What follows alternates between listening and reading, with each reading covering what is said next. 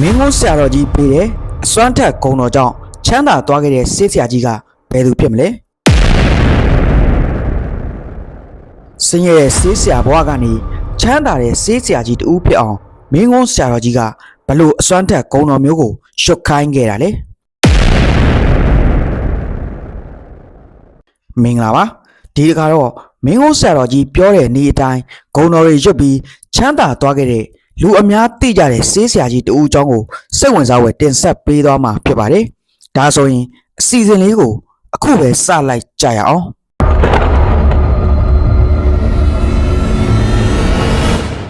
မင်းကုန်းဆရာတော်ဘုရားကြီးရှိစဉ်အခါကဆရာတော်ကြီးအနီးမှာမကြာခဏလာခစားပြီးကျောင်းဝေယဝတ်စာတွေကိုလာရောက်ကူညီပေးတတ်တဲ့လူကြီးတယောက်ရှိပါတယ်။အဲဒီလူကအင်မတန်မှဆင်းရဲပြီးဆေးဆရာအလုပ်ကိုလုပ်ကင်သူဖြစ်ပါတယ်။ဆရာတော်ကြီးရဲ့ကျောင်းမှာငွေကြေးဥစ္စာနဲ့ဖះเจ้าငံတွေလာလူတဲ့ဒကာဒကာမတွေပေါ်တော့သူလည်းအားကျနေခဲ့ပါတယ်ဒီလိုနဲ့တနေ့မှာတော့ဆရာတော်ကြီးနေကင်းစွန်ပုံပေးပြီးအချိုတဲနေတော့မှအဲ့ဒီဆေးဆရာကဆရာတော်ကြီးကိုရင်နှွေးငှဲ့ဆက်ကပ်ပြီးအရှင်ဘုရားတပည့်တော်လူဖေ့ရတော့အရှင်ဘုရားနားမှာနေခွင့်ရနေတော့အလူကြီးတန်းကြီးပေးခြင်းလှပါတယ်ဒါပေမဲ့ငွေကြေးကရှားဘဝမှာလည်းအစင်မပြေမှုတွေများလို့အခုထိအလူကြီးအတန်းကြီးမပေးနိုင်ဘူးဖြစ်နေပါတယ်ဒါကြောင့်ရှင်ဘုရားစီမှာလောကီစည်းစိမ်ချမ်းသာကိုပေးစွမ်းနိုင်မဲ့တရားတစ်ခုခုများမရှိဘူးလားဖေဟာလို့ဆရာတော်ကြီးကိုရှောက်ထားလိုက်ပါတယ်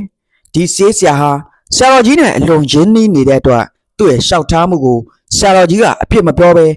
အတားရဆိုသလိုရင်နွေးကိုသာငုတ်ပြီးဖုံးပေးနေခဲ့ပါတယ်ခဏနေတော့ဆရာတော်ကြီးကရှိတာပေါ့တကားတော့ဒါပေမဲ့လုံနိုင်မှုပဲလိုရပါလို့ပြန်လဲမိန်ကြားခဲ့ပါတယ်ဒီတော့မှဆေးဆရာတကားလဲပြပြသလဲနဲ့အမလေးအရှင်ဘုရားရဲ့ရှင်းတာပေးပါတပည့်တော်အကြောင်းဆရာတော်လဲတည်သားတယ်လို့ပြန်လျှောက်တော့ဆရာတော်ကတေချာရဲ့လားတကားကြီးရဲ့လို့ပြန်မေးခဲ့ပါတယ်ဆေးဆရာကလည်းတေချာပါတယ်အရှင်ဘုရားပေးတာပေးပါဆိုပြီးလျှောက်တော့မင်းကုန်းဆရာတော်ဘုရားကြီးကလာငါ့ကိုဆေးဘောလေးကတ်ချေဆိုပြီးမိန်တော့ဆေးဆရာတကားလဲဆေးလိတ်ကပ်ပြီးမိညိပေးလိုက်ပါတယ်မင်းကုန်းဆရာတော်ကြီးကဆေးလိတ်ကိုရဲနေအောင်ရှိုက်ပြီးဘာမပြောညာမပြောနဲ့ဆေးဆရာတကာရဲ့လက်ဖြံပေါ်ကိုစိုက်ချလိုက်ပါတယ်ဒီအပြုတ်မှုကြောင့်ဆေးဆရာတကာလည်းအလွန်ပူသွားပြီး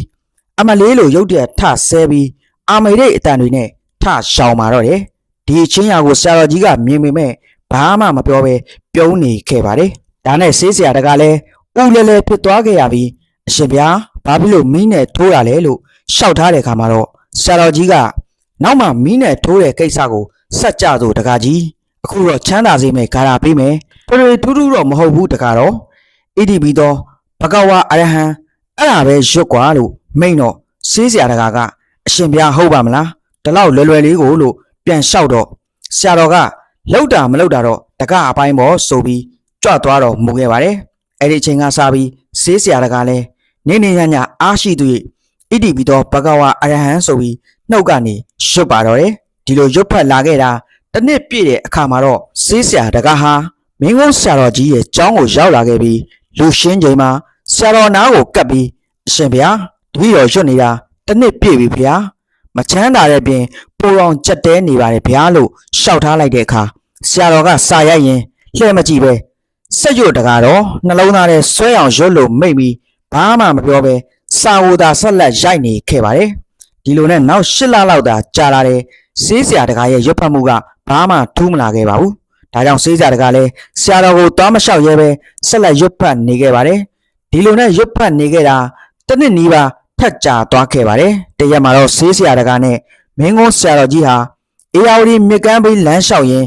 တကာတော်လည်းအရဲကိုပြီးရှောက်ထားလိုက်ပါတယ်အရှင်ဘုရားခိုင်းတဲ့အတိုင်းတပည့်တော်ရွတ်တာနှစ်ပြည့်တော့မယ်ဘုရားလို့ငိုတန်ကြီးနဲ့ရှောက်တင်လိုက်တဲ့အခါဆရာတော်ကပြုံးပြီးဆေးပြင်းလက်ကြီးခဲနေခဲ့ပါတယ်ခဏနေတော့ဆရာတော်ကြီးကတကာတော့ကမ်းနားမှာကလေးတွေရေကူးနေတဲ့တွားခေါ်ချေညနေစောင်းနေပြီလို့မိန့်ခဲ့ပါတယ်ဒါနဲ့ဟိုတကာလည်းရေထဲဆင်းပြီးကလေးတွေခေါ်ရင်းသူလည်းအေယာဝတီမြစ်ထဲရေဆင်းကိုပြီးမောမောနဲ့ပြန်တက်လာခဲ့ပါတယ်ရေဆင်းကိုရတဲ့အချိန်ကြောင့်ဆေးဆရာတကာလည်းကမ်းဆက်မှာပက်လက်လန်နေပြီးအမောဖေနေချိန်မှာဆရာတော်ဘုရားကဆက်လိမ်မီးကိုရဲနေအောင်ဖွာပြီးမှိန်းနေတဲ့တကာရဲ့လက်ဖြံကိုထိုးချလိုက်ပါတယ်အဲ့ဒီအပြုတ်မှုကြောင့်ဆေးဆရာတကာလည်းကြောက်အားလန့်အားနဲ့ဣတိပိသောဘဂဝါအရဟံဆိုပြီးထရောင်လိုက်ပါတော့တယ်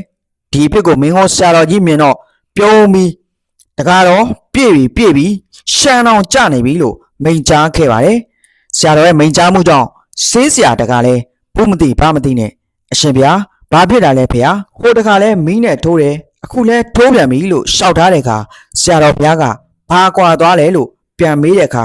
ဆေးဆရာတကားကြီးကလည်းမသိဘူးဗျာလို့ရှောက်ထားပါတယ်ဒါနဲ့ဆရာတော်ကကွာတာပေါ့တကားတော့ဟိုတခါထိုးတော့ဆဲတယ်ဒီတခါထိုးတော့ဣတိပိတော့ဖြစ်တယ်မဟုတ်လားတခါချမ်းသာတော့မှာပါလို့မိတ်လိုက်တော့ဆေးဆရာတကားလဲမအိုမလဲနဲ့ဆရာတော်တကားကိုနားမလဲပဲဖြစ်ခဲ့ရပါတယ်ဒီလိုနဲ့နောက်ပိုင်းမှာတော့ဆေးဆရာတကားဟာဆရာတော်ကျောင်းကိုမလာတော့ပဲ3လလောက်ပျောက်သွားခဲ့ပါတယ်အဲ့ဒီလိုနဲ့နောက်တော့ကျောင်းမှာအလူကြီးဖေးတဲ့သူတူပေါ်လာခဲ့ပါတယ်အဲ့ဒီလူကတော့တခြားလူမဟုတ်ပဲမီးစားနဲ့2ကြိမ်တိတိအထိုးခံခဲ့ရတဲ့ဆေးဆရာတကားကြီးဖြစ်နေခဲ့ပါတယ်ဆေးဆရာတကားကြီးဟာမင်းကိုဆရာတော်ကြီးပေးတဲ့ဣတိပိသောဘဂဝါအရဟံကိုရွတ်လိုက်လို့သူ့ဘဝဟာတဖြည်းဖြည်းနဲ့အစဉ်ပြေသွားလို့အခုချိန်ထိလဲလူတော်တော်များများဟာသူ့ဆေးကိုတုံးနေကြတုံးပဲဖြစ်ပါတယ်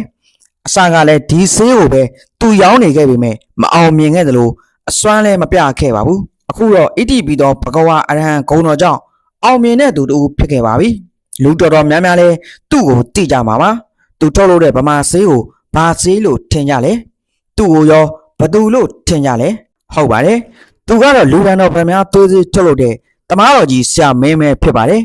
နောက်ဆုံးတော့မင်းကိုဆရာတော်ကြီးရဲ့ခြေဆုံးကိုတမားတော်ကြီးဆရာမင်းကဥတိုက်ပြီးဗုဒ္ဓရဲ့တရားဟာလောကီလောကုတ္တရာနှစ်ဖြာကိုအကျိုးပေးစွမ်းဆောင်နိုင်တာသိပါပြီဗျာလို့ဆရာတော်ကိုရှောက်တင်ခဲ့ပါတယ်ဒါကြောင့်ပြည့်အောင်ရှမ်းအောင်လှုပ်ကြဖို့လိုအပ်ကြောင်းဓမ္မဒါနမျှဝေတင်ဆက်ရင်းနဲ့ဓမ္မမိတ်ဆွေလောကီလူသားတွေအားလုံးစိတ်ချမ်းသာခြင်းကိုယ်ဤချမ်းသာခြင်းတွေနဲ့ပြည့်စုံနိုင်ကြပါစေလို့ဆုတောင်းမေတ္တာပို့သပေးလိုက်ရပါတယ်ခင်ဗျာ